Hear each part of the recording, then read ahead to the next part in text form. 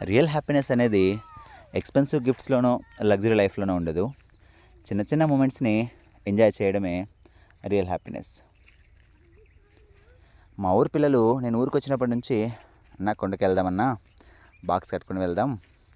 లేదంటే అక్కడికెళ్ళి ఏదైనా వండుకొని తిందామన్నా" అంటే, సర్లేండిరా అందరూ బాక్స్ కట్టుకొని రండి వెళ్దామని చెప్పాను. సో, మా ఊరు కొండకి దగ్గరికి వెళ్ళాము. 10 గంటలవుతుంది. కొంచెం ఎండగా ఉంటే, సర్లేండిరా కొండ వద్దని ప్లాన్ చేంజ్ చేసి, ఒక దగ్గర బావుంటే అక్కడికెళ్ళాము. అరే స్విమ్మింగ్ చేసి హ్యాపీగా మనం తెచ్చుకున్న బాక్స్ తిందాంరా అని. సరే అక్కడికెళ్ళిన తర్వాత పిల్లలకి సర్ప్రైజ్ ఇచ్చాను. మొత్తం నా దోశ సెటప్ ఓపెన్ చేశాను.